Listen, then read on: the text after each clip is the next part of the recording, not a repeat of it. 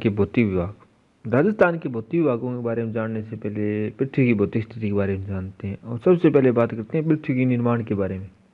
ऐसा माना जाता है कि पृथ्वी अपने निर्माण के प्रारंभिक काल में एक विशाल भूखंड पंजिया तथा एक विशाल महासागर पेंथलासा के रूप में विभक्त थी। सभी महाद्वीप इसी पंजिया नामक भूखंड में थे। बाद में पंजिया के दो टुकड़े हो गए। जो उत्तरी भाग था वो गारलैंड तथा दक्षिणी भाग गोंडवानालैंड कहलाया और दोनों के मध्य जो महासागर था वो टेथिस महासागर कहलाया। राजस्थान का पश्चिमी रेगिस्तान तथा उसमें स्थित खारे पानी की झीलें इसी महासागर का अवशेष मानी जाती हैं और राजस्थान का मध्यवर्ती तथा दक्षिणी पठारी भाग गोंडवानालैंड का अवशेष माना जाता है। तो अब बात करते हैं राजस्थान के भौतिक विभागों के बारे में। किसी भी क्षेत्र को भौतिक अवस्था जैसे पहाड़, मिट्टी, नदी आदि के आधार पर विभिन्न भागों में बांट देना उस क्षेत्र के भौतिक विभाग कहलाते हैं। राजस्थान को 4 भौतिक विभागों में बांटा जा सकता है। तो सबसे पहले बात करते हैं पश्चिमी मरुस्थलीय प्रदेश की। राजस्थान में अरावली के पश्चिमी का क्षेत्र शुष्क तथा अर्धशुष्क मरुस्थल है, जिसे थार का मरुस्थल के नाम से जाना जाता है। यह विश्व का सबसे आबाद मरुस्थल है। यह राज्य के कुल क्षेत्रफल का 61% है, जिसमें राज्य की लगभग 40% जनसंख्या निवास करती है। शुष्क क्षेत्र होने के कारण इसमें क्षेत्रफल से कम जनसंख्या निवास करती है। प्राचीन काल में इस क्षेत्र से सरस्वती नदी बहती थी। इस नदी के मार्ग पर जैसलमेर जिले के चंदन गांव में चंदन नलकूप की स्थापना की गई है, जिसे थार का गढ़ा भी कहा जाता है। इस मरुस्थल का विस्तार बाड़मेर, जैसलमेर, बीकानेर, जोधपुर, पाली, जालोर, नागौर, सीकर, चूरू, झुंझुनू, हनुमानगढ़ व गंगानगर इन 12 जिलों में है। यह संपूर्ण क्षेत्र एक समान रूप से मरुस्थलीय नहीं है, इस कारण इसे 4 उप क्षेत्रों में बांटा जा सकता है। सबसे पहले बात करते हैं शुष्क रेतीला अथवा मरुस्थलीय प्रदेश की। यहाँ वार्षिक वर्षा का औसत 25 सेंटीमीटर से कम रहता है। इसमें जैसलमेर, बाड़मेर, बीकानेर एवं जोधपुर और चूरू जिलों के पश्चिमी भाग आते हैं। इन प्रदेशों में बालुका स्तूपों का विस्तार है।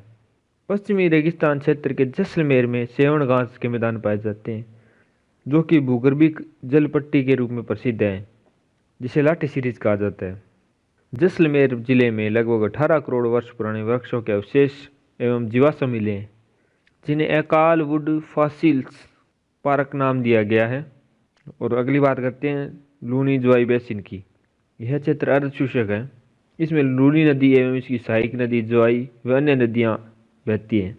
इसका विस्तार जालोर, पाली, जोधपुर व नागौर जिले के दक्षिणी भाग में है। यह एक नदी निर्मित मैदान है, जिसे लूनी बेसिन के नाम से जाना जाता है।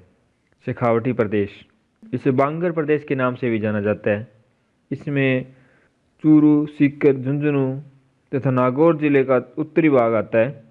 इस क्षेत्र में अनेक नमकीन पानी की झीलें हैं, जिनमें मुख्य हैं डीडवाना, डेगाना, ताल छापर, कुचामन आदि। और अंत में बात करते हैं घग्गर का मैदान की। गंगानगर व हनुमानगढ़ जिलों के मैदानी क्षेत्र का निर्माण घग्गर के प्रवाह क्षेत्र के बाढ़ से हुआ है। रेगिस्तानी क्षेत्रों में टिल्लों के बीच निवन भूमि में वर्षा के जल भरने से जो अस्थायी झीलें बनती है, उन्हें टाट या रन कहा जाता है। मरुस्थलीय क्षेत्रों में पवनों की दिशा में बने बालुका स्तूपों को अनुदैर्ध्य बालुका स्तूप कहते हैं। पवनों से समकोण पर या आड़े तिरछे बनने वाले स्तूपों को अनुदैर्ध्य बालुका स्तूप कहा जाता है। रेत की अर्धचंद्राकार स्तूपों को बरखान कहा जाता है। संपूर्ण रेतीला रेगिस्तान इरग कहलाता है। संपूर्ण पथरीला मरुस्थल हम्माद कहलाता है। रेतीला और पथरीला यानी मिश्रित मरुस्थल रेग कहलाता है। अब दूसरे नंबर पर बात करते हैं अरावली पर्वतीय प्रदेश की। अरावली पर्वतमाला राज्य के मध्य में स्थित है। यह विश्व की सबसे प्राचीनतम वलित पर्वतमाला है। यह पर्वत श्रृंखला दक्षिण पश्चिम से उत्तर पूर्व की ओर है। इसकी चौड़ाई व ऊंचाई दक्षिण पश्चिम से उत्तर पूर्व की ओर घटती जाती है। यह दक्षिण पश्चिम में गुजरात की पालनपुर से शुरू होकर उत्तर पूर्व में दिल्ली तक फैली है। राजस्थान में यह ब्रह्मखेड़ा सिरोही से खेतड़ी झुंझुनू तक फैली है। राजस्थान में इसकी लंबाई 550 किलोमीटर है, जो इसकी कुल लंबाई 692 का लगभग 80% है। इसकी औसत ऊंचाई 930 मीटर है। यह राज्य को 2 असमान भागों में बांटती है। इसका विस्तार राज्य के 7 जिलों सिरोही, उदयपुर, राजसमंद, अजमेर, जयपुर, दौसा और अलवर में है।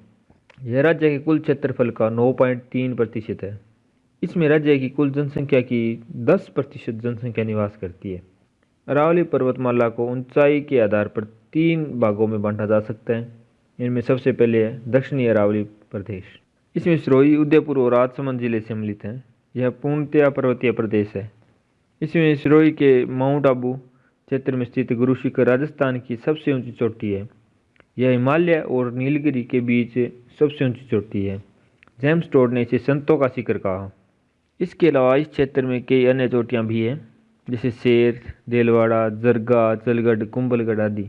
इस पर्वत श्रृंखला में कई दर्रे या जिन्हें नाल कहते हैं।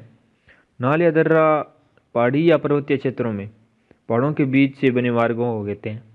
मुख्य दर्रे हैं झीलवा की नाल, जिसे पगले नाल भी कहते हैं। ये मारवाड़ से मेवाड़ जाने का रास्ता है।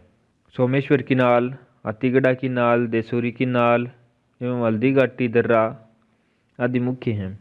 इन दर्रों के अलावा इस पर्वत श्रृंखला में कई पठार भी हैं। पठार पर्वतों के ऊपर की समतल भूमि होती है, जो आसपास की भूमि से ऊपर उठी होती है। राजस्थान में सबसे ऊंचा पठार है उड़िया का पठार, जो कि सिरोही के माउंट में स्थित है। दूसरा सबसे ऊंचा पठार है माउंट आबू का। अब अगली बात करते हैं मध्य अरावली की। यह मुख्य रूप से अजमेर जिले में फैली है। इस क्षेत्र में पर्वत श्रेणियों के साथ घाटियां भी है। अजमेर के दक्षिण पश्चिम में तारागढ़ और पश्चिम में सर्पिलाकार पर्वत श्रेणियां नागपाड़ कहलाती है। इसमें प्रमुख दर्रे हैं परवेरिया, शिपुर घाट, सुरा घाट, देबारी, झीलवाड़ा, कच्छवाली, पीपली, अनरिया आदि। और अंत में बात करते हैं उत्तरी पूर्वी अरावली की।